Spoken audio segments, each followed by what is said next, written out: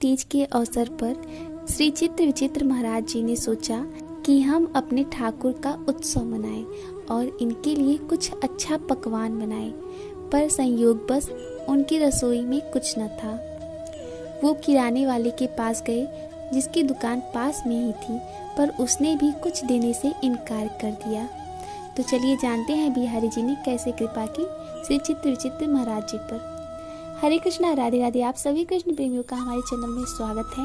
मित्रों, आज हम जानेंगे चित्र विचित्र महाराज जी के जीवन की कुछ घटनाएं जो हमारे मन में बिहारी जी के प्रति प्रेम को और भी प्रगाढ़ कर देंगी। तो चलिए बिना देर किए हुए शुरू करते हैं। इसके पहले हम कहना चाहेंगे, अगर आप लोगों के भी जीवन में कोई ऐसी घटना घटी हो जिसमें आपने श्री कृष्ण जी की कृपा का अनुभव किया हो तो आप हमें जरूर बताएं। ये कथा आज से 10 वर्ष पूर्व की है, जब श्री चित्र विचित्र महाराज जी वृंदावन आए थे। वो अपने ठाकुर के साथ वृंदावन तो आ गए, पर यहाँ पर उनका कोई भी अपना नहीं था सिवाय बिहारी जी के। धीरे धीरे संत लोग उन्हें जानने लगे। ऐसे ही एक बार हरियाली तीज का पर्व आया।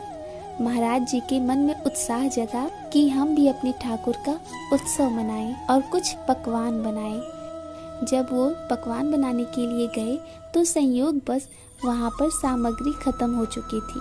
वो किराने वाले के पास गए जिसकी दुकान पास में ही थी, पर उस किराने वाले ने सामान देने से मना कर दिया। वो बोला, मैं उधारी का व्यापार नहीं करता, मैं नगद लेता। महाराज जी ने बहुत कहा पर वो नहीं माना।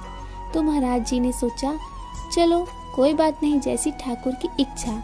जब ठाकुर ही नहीं चाहते तो हम क्यों परेशान होवे।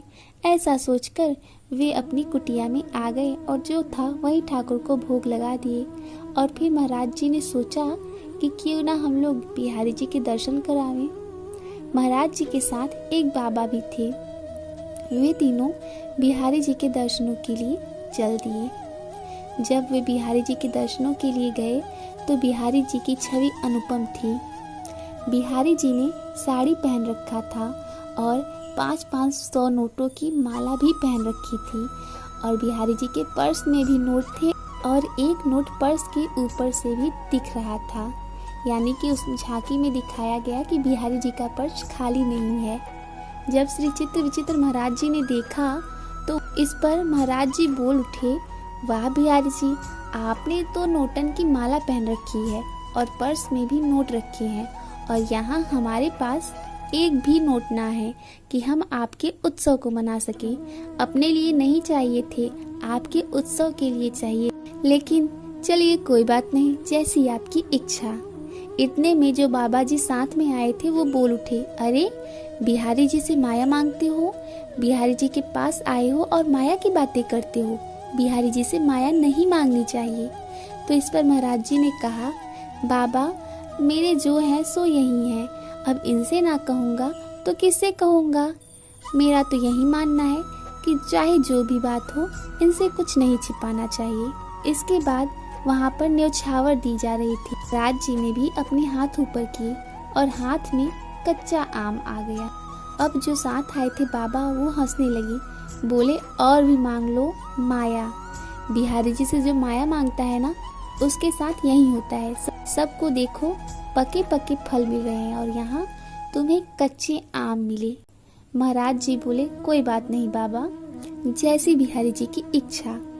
वो बिहारी जी का दर्शन करके बाहर निकलने ही वाले थे कि श्री ज्ञानानंद महाराज जी का फोन आ गया श्री कृष्ण कृपा धाम से।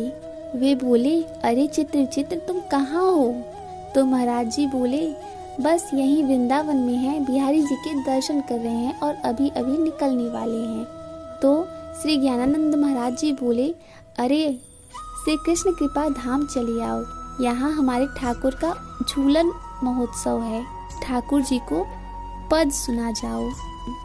अब श्री चित्र विचित्र महाराज जी पहुँच गए श्री कृष्ण कृपा धाम। वहाँ पर उत्सव में भाग लिया और फिर आने लगे तो श्री ज्ञानानंद महाराज जी ने उनको मिठाई और एक लिफाफा दिए। वो लेकर वो लोग अपनी कुटिया में आ गए और मिठाई का भोग ठाकुर जी को लगाया और बोले, ठाकुर जी जैसी आपकी इच्छा।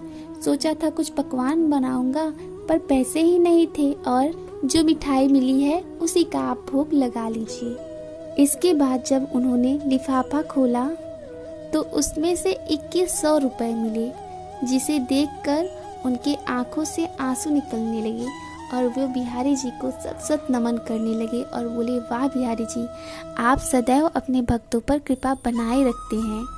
अब सुनने में बात ये छोटी लग रही है, पर ये बात है बड़ी मोटी।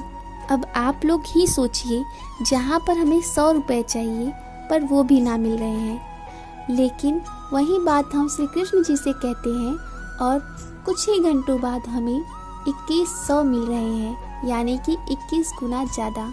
तो एक भक्त तो श्री कृष्ण कृपा का ही अनुभव करेगा।